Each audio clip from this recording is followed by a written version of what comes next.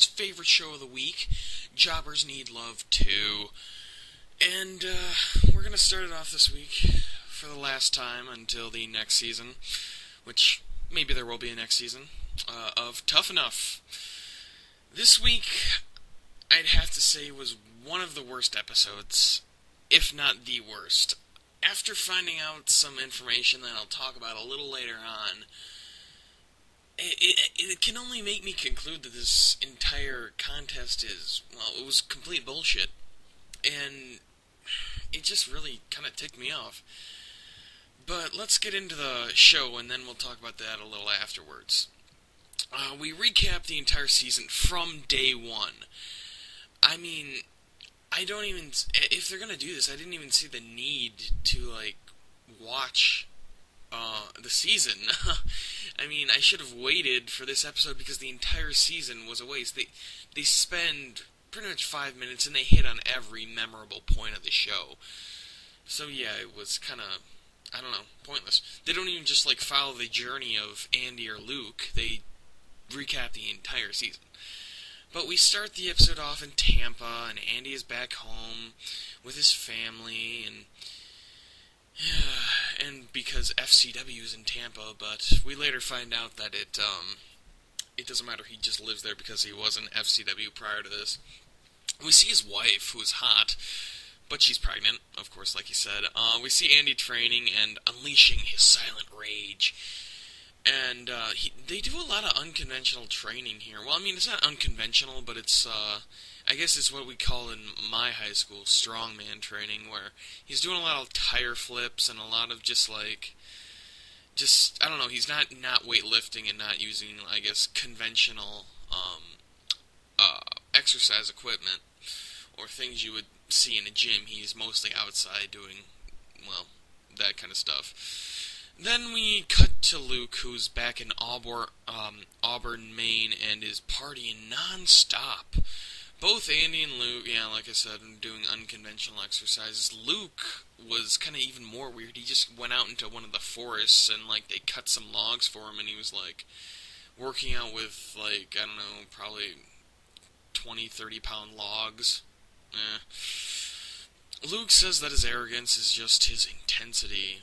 They both arrive at the FCW training center, and Bill greets them, and says that Ricky Steamboat is going to train them.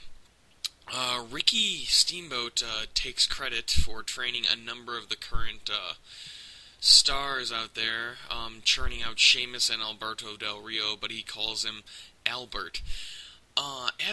As everyone should know, Sheamus and Alberto Del Rio, Alberto Del Rio was a big star in Mexico before coming to WWE as Dos Caras Jr. So that should be a red flag saying that FCW trained them. Actually, Alberto Del Rio was very unhappy with FCW, that he was almost about to leave, but then they finally debuted him with vignettes. So, and then as for Sheamus, he's wrestled over in Europe, of course, and Sheamus something. I know it's an S, but I can't remember. But yeah, I don't know if you should be taking credit for those two, Ricky. And Ricky the Dragon Steamboat really looks like Eric Bischoff. It was kind of creepy. Then Bill announces that their opponent will be none other than Bill DeMont, Hugh Morris, General Erection. Huge Erection, that's what, General Huge Erection, that's what he went by, and MIA, God. Duh, and the WCW. Oh, God, that was quite the time for Bill DeMont. I'm sure he doesn't want to relive that, but then again, I'm sure he loved the paycheck. Well, anyway, back to the show. Ricky gets them in the ring, and they do some ring work. Ricky says that Andy has good cardio, but needs to slow down, which is kind of funny. Luke needs to take risks. They're actually splicing this nicely into Raw when they kind of cut to commercial, which I really didn't expect. I didn't actually think this was going to be, I guess, live. So they just kind of show small pre-recorded parts instead of kind of cut it in. Training with Ricky Steamboat wasn't really the highlight all that much. They didn't really showcase it at all. Bill looks a lot like Husky Harris when they're in the ring with him or getting ready to get in the ring. He's even wearing his Hugh Morris question mark tights, which I thought was funny. They don't even show the matches. They show general highlights of the match set to the fucking theme song. This really ticked me off because, I mean, what kind of bullshit is that? You're hyping up that they're going to have FCW matches, and then you just kind of cut it all off, and, oh, here's a hip toss. Here's a punch. You know, that's basically what they did, and they spliced both matches together so you couldn't tell what part of what match. It was completely ridiculous, and I hated it. After that, Bill and Booker are backstage with the guys. Andy said that he did his best when asked, and Luke said that he could have done better. And we will come back to this part, which is where a lot of the bullshit comes in. But then they're asked if they left everything in the ring, both nod and say yes. So little condescension on Luke's part, but we'll come back to that. Alright. And then Bill says, after Steve and the WWE executives look everything over, from day one they've been advertising that this entire show was Steve's decision. Now let's take that in. Oh, after Steve and the WWE executives look everything over. And when you see that, oh great, Vince is making the decision. Even if it doesn't seem that way, Vince is making the decision. I mean, I knew that from day one, but, you know, I can suspend my disbelief and say, oh, yeah, Steve Austin's making the decision for the next WWE superstar. But that's not the case. They just straight up said it right there. Anyway, we cut to a live broadcast with King Cole on broadcast. After commercials, they announced the Tough Enough trainers, of which Bill cuts the promo about how there will be a winner. He says, live here tonight, maybe 5 times. For some reason, they bring out the eliminated contestants to the Superstars theme, which is actually pleasant. A few of them get a pop, Jeremiah the most, but the worst reaction is for Eric, and he's shocked that they booed him. But a note here that Rima Fakim, Miss America, or Miss USA, I can't remember, I think there's whatever, was not actually there. So I guess her dream wasn't to become a WWE superstar, and she didn't really pursue it all that hard. Then Andy and Luke come out separate to the Tough Enough theme. Andy is really embracing the silent rage thing, kind of being all, Finally, Booker introduces Stone Cold Steve Austin, and the glass breaks, and everyone goes nuts, 'cause, you know, it's your big mark-out moment. Austin cuts a promo, and it's the same old Austin we know and love, and also thanks the trainers. They do a live deliberation with the trainers. First, they go to Bill, and a guy in the crowd shouts, "Thanks for dressing up tonight." He shouts, "You're welcome." Bill then picks Andy to win. Trish picks Andy as well. Booker also picks Andy. Says that he has that quote-unquote it factor.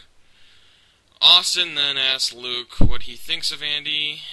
He is well spoken about it and says that he's the only real superstar. Andy says the only real athletes come in the ring, and says that Luke doesn't deserve to be in the ring. We then cut to a limo, and lo and behold, who could it possibly be in a limousine? Oh, Vincent Kennedy McMahon! And he steps out, and then Austin starts talking about him, and you can hear him.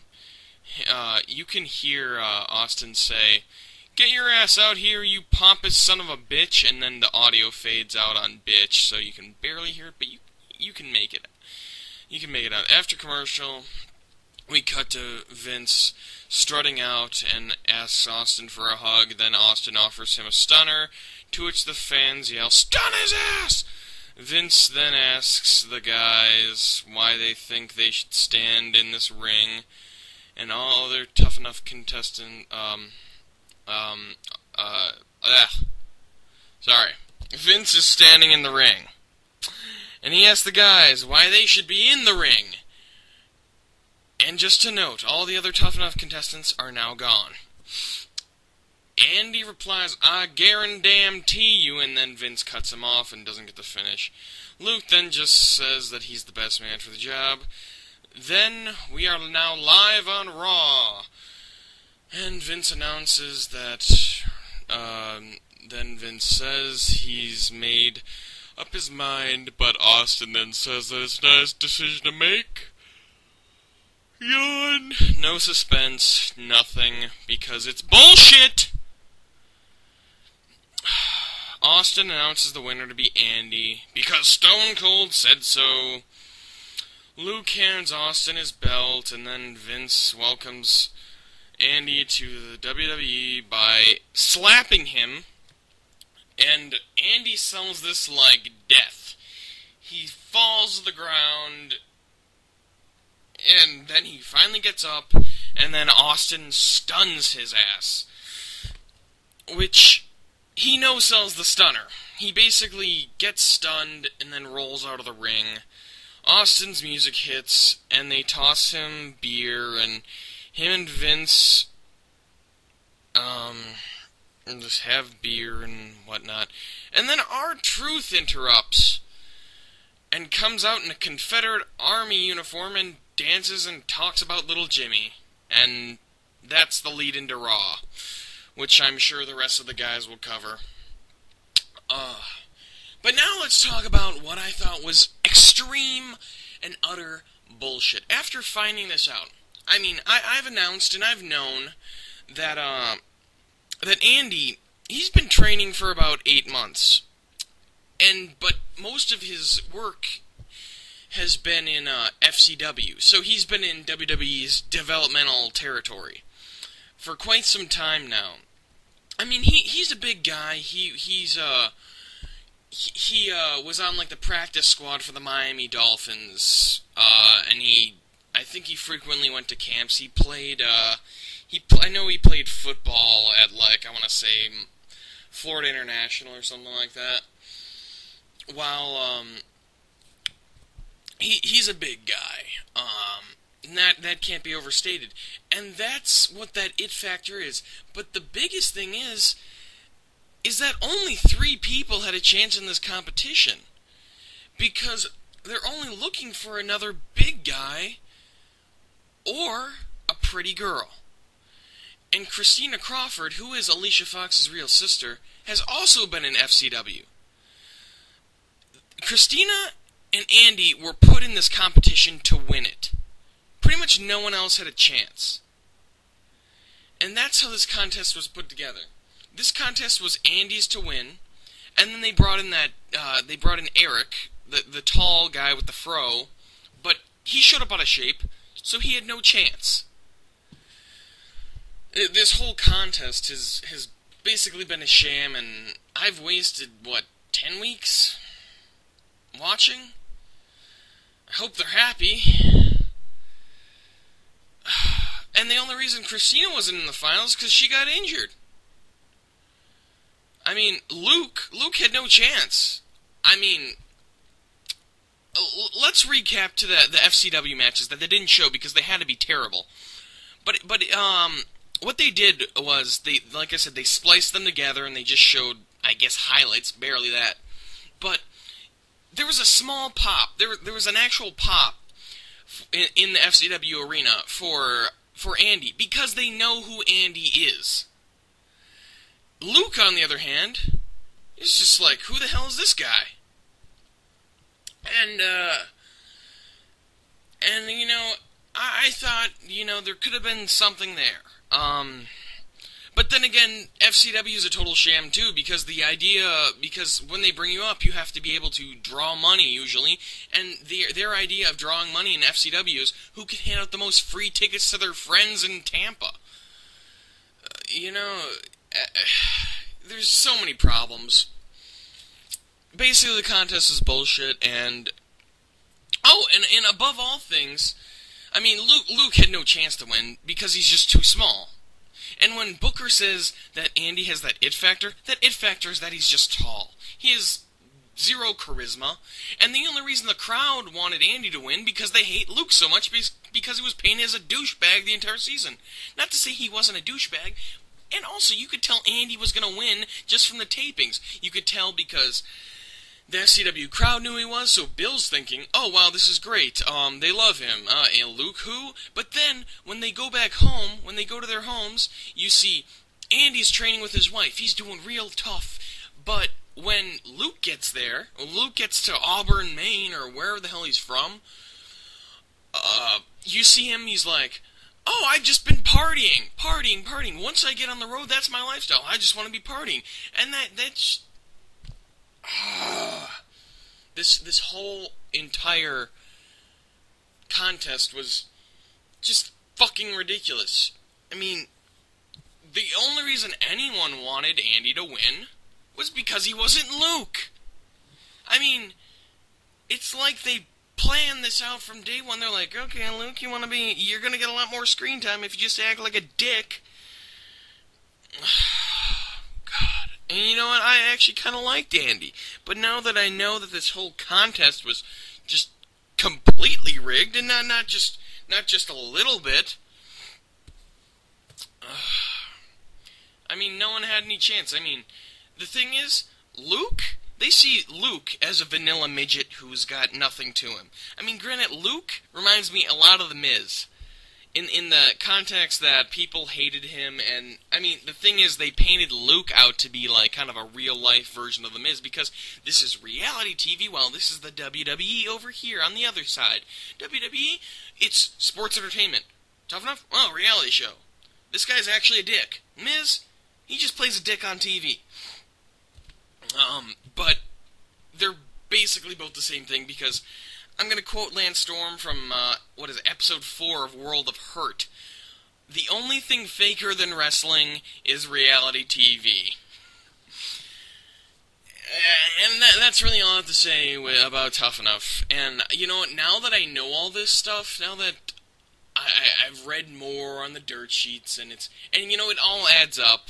I mean, how do I ever know it's true? Yeah, you know, it's reality TV for one, and two, the information about Christina Crawford and Andy Levine, yes, they were in FCW, and that's, it all adds up. I mean, like I was saying, if they see Luke as a vanilla midget, that means guys like Matt Cross don't have a shot. No chance in hell. NXT notes. Alright, the show starts with a Lucky Cannon season recap, where we show his saga with trying to get Maurice's heart. Then we have JTG in the ring with his show, Straight Outta Brooklyn, Cheer! Oh god. He talks about how his rookie was eliminated, saying it was Novak's fault, and all the hate is out in the audience.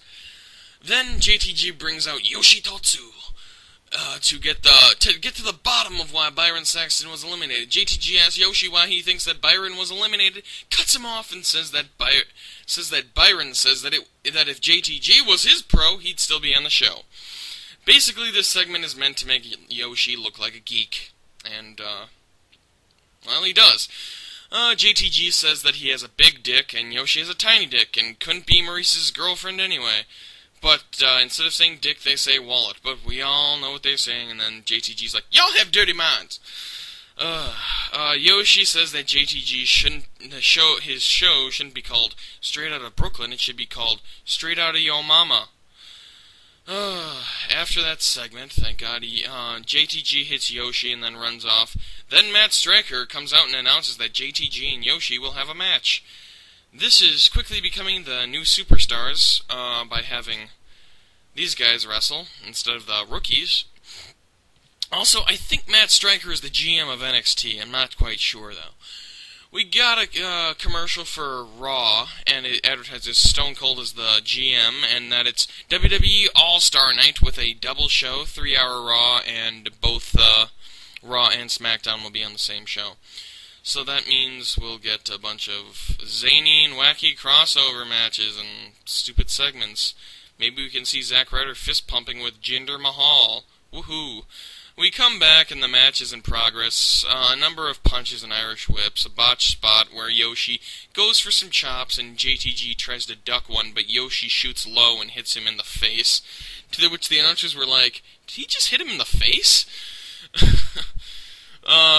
Then they do the chop, duck. Also, Regal's back on commentary, which is nice to see. JTG hits a really nice neck breaker. Had a nice impact. A near fall happens, and then Yoshi, then a "Let's Go Yoshi" chant breaks out. I think the people actually want Yoshi to win. I mean, I guess I don't think WWE cares that much to edit their shows all that much. They do like a minimal amount of editing. I can't imagine that they care that much at all.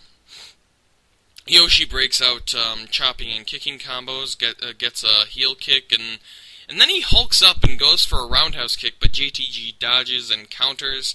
During the match, JTG is saying, "You want to talk about my mama? She's a nice lady," and he says that about, at least 5 times, if I can recall correctly. JTG then goes for a back suplex, but Yoshi flips out of it, and he hits the roundhouse kick for the 3 count. We get an announcement that we will have an elimination next week, which tells me that we're now having eliminations every other week, and that Season 6 is pretty much ready to go. They come back and they are seriously doing a capital punishment ad during NXT, which is a first. It's the R-Truth one. I find it funny that WWE is using Obama footage not shot in HD, but the WWE stuff is shot in HD.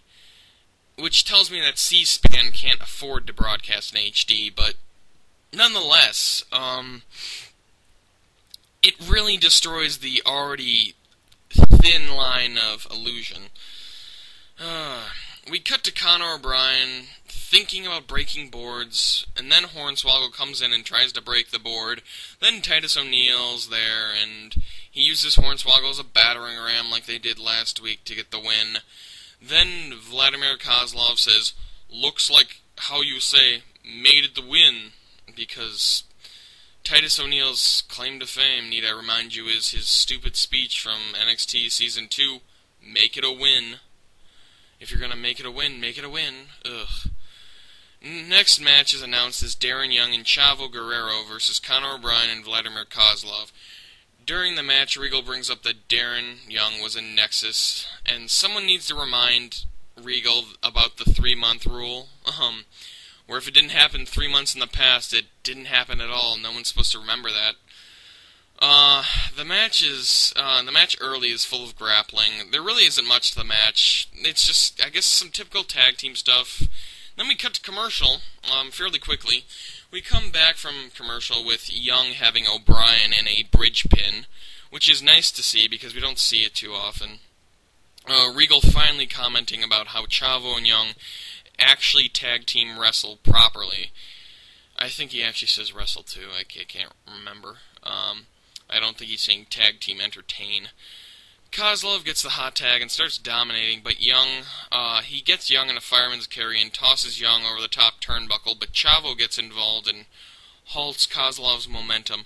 A single guy in the crowd is yelling, "Let's go Kozlov," and he does it for a good 2 minutes or so.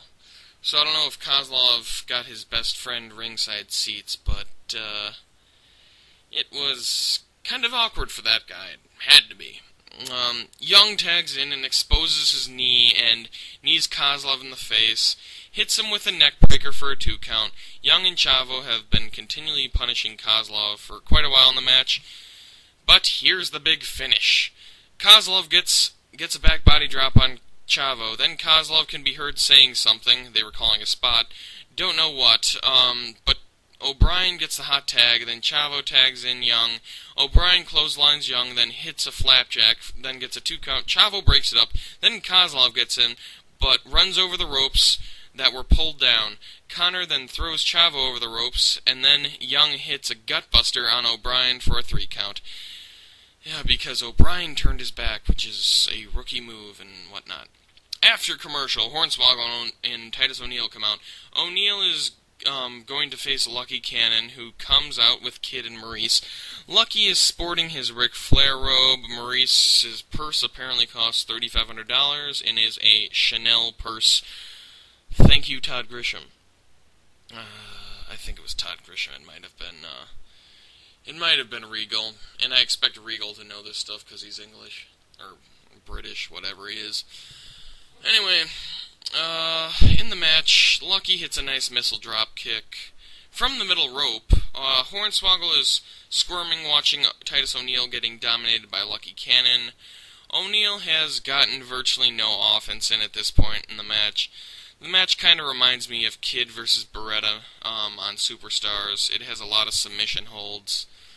And then here's our big finish, too. This is another weak match, but when O'Neil gets tossed out of the ring by Cannon, Hornswoggle goes over to Maurice to offer her a necklace, which intrigues her, but then it turns out to be a candy necklace.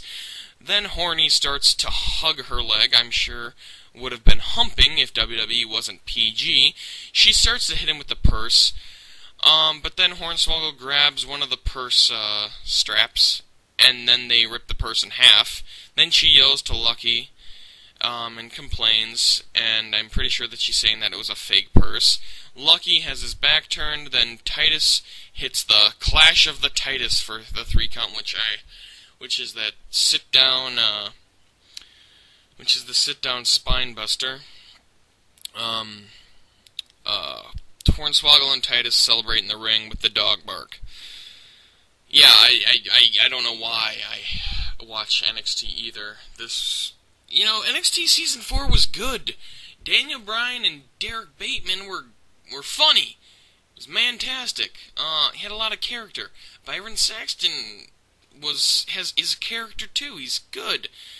Dolph Ziggler was great. He had a bland rookie and he just made fun of him the entire time. Alberto Del Rio was a pro. I mean, NXT Season 2 had joke pros. NXT Season 3 had even worse pros. But Season 4 was making like a comeback. And then now Season 5, we're back to Season 2 level. Anyway, let's get to Superstars now. Superstars this week, I had to watch on WWE.com on Thursday. I caught it live. It was laggy and choppy as fuck. WWE.com is a terrible place to watch video. The audio was fine, though. Unfortunately, I couldn't tell anything from the audio because the announcers never talk about the match. Our first match, though, was JTG versus Chris Masters. My pre-match pick is Chris Masters to dominate very easily. And yes, I did pick Chris Masters. Also, I don't think that this will be a great match. And Masters now has pyro like Goldberg. The commentators are really putting Masters over big time. And we're starting out the Raw portion with Scott Stanford and Matthews on commentary, like always. Apparently JTG wants a title shot and is now full heel. It's his time! From every one of his matches, he seems to be playing the cowardly heel, because he runs in the ropes when he's charged at. Matthews is really far up Masters' ass this week, and he's really putting over the Master Lock. In the match, Masters has a really nice spine buster, great height, good impact, better than Otunga's. Finish, here's our finish. JTG gets Masters in the corner, and he goes for the mugshot. Chris dodges. Masters then puts on the Master Lock. A very basic match. I'm pretty sure that Tough Enough guys could have put this match on. Then again, I don't really care about Tough Enough anymore after I was lied to and betrayed. Our main event is announced as Tyson Kidd versus Yoshitotsu. Our next match is Maurice and Marlena versus Eve and Gail Kim. I'm pretty sure that Eve came out to new music, but I wouldn't be able to identify her old theme anyway. The commentary is really full of itself this week. Mostly Josh Matthews. It's really fake, it's smug, and it's just off-putting, and I usually like Josh. and I have no interest in this match at all. I have less interest in the first match, to which I did take virtually no notes in. And it's not even because of the Divas match. I've seen good Divas matches on Superstars. I've seen some pretty decent ones. Okay, eventually Eve and Maurice spill out of the ring, with Melina and Gail being the legal divas. Gail goes for the Eat Defeat, but it's countered into the Sunset Split. It's about a 7-minute match, but I'd call it 7 minutes of apathy. We get an old pay-per-view commercial for Capital Punishment. After the break, we go to the SmackDown portion of the broadcast. Mark Henry comes out, and Stryker is back on commentary, so to me that said he's no longer with Tyson Kidd. There's a sign that says World's Strongest Sexual Chocolate, I thought I'd note. His opponent is announced as Johnny Curtis, with a generic theme, but he doesn't come out. He must be too busy crying over spilt milk. Stryker then comes into the ring with a mic, talking to Henry. This is 2 weeks now that they've played this game with Mark. Stryker asks why people are afraid to face him. He says that people are afraid of him. Henry says that, like his music says, that if they do come out here, then somebody's, or he long pause here, gonna get their ass kicked, like he was contemplating whether he should say ass. He then proceeds to throw the ring steps. I'm guessing they're gonna turn this into an angle, where people are, he's gonna become a monster, heel. They're really gonna emphasize him being the world's strongest man again. Alright. Well, at first I thought, Tatsu and Kid were gonna get like 20 minutes. But then that time kept whittling down. It was like 15 minutes, and then it kind of settled more around 12 or so. Stryker is acting as if he was never agent of Kid, which is weird, and we're wondering who his new manager's gonna be. And Vicky comes out and gets her usual heat. It's funny how with 2 words she gets more heat than any top heel in the last few years. She then introduces Kid, and if this is seriously Tyson's gimmick, I can't stand it. Stryker still claims that he's Tyson's agent, but Vicky is his manager. I'll just go with it. If Vicky takes on a couple more wrestlers, she really could revive the manager. I mean, we had her out there with Dolph on Monday Night Raw, watching the Zack Ryder match. And if she takes on Zack Ryder and Tyson Kidd, we really could have a stable here. And if they take on like a diva, so then we could have Vicky do a tag team match where she does take a bump here or there in a divas match, and then everyone can be happy and see Vicky get humiliated like they used to do, like everyone wants to see. I mean, okay, I don't really watch Raw for Vicky Guerrero, but you know there are the people who just hate her, and she gets so much heat. And it would work. You could get people to care about a Divas match for once. It's so simple. It's right in front of them, but they don't do it. It's like they're afraid to take the leap. Sometimes I just don't understand WWE. Then again, who does? Okay. Stryker claims Yoshi learns English from Jersey Shore and reading Facebook messages. Nothing like some Matt Stryker commentary. The match is okay, but there's nothing really to mention that stands out. Yoshi goes for a crucifix pin, which is nice to see, and it's kind of rare these days, so I'm kind of glad that happened. And then he goes for a bridging pin. Like I also mentioned, it's kind of rare to see those, and that's nice.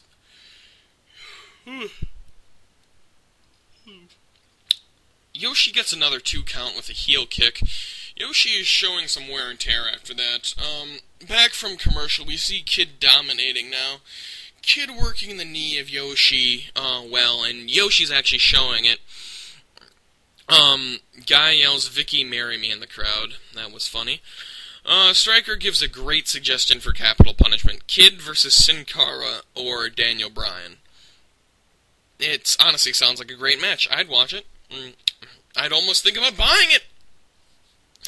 Kid locks in an inverted figure 4 leg lock, and Yoshi gets the ropes after the crowd is going crazy for him. They really did this spot well.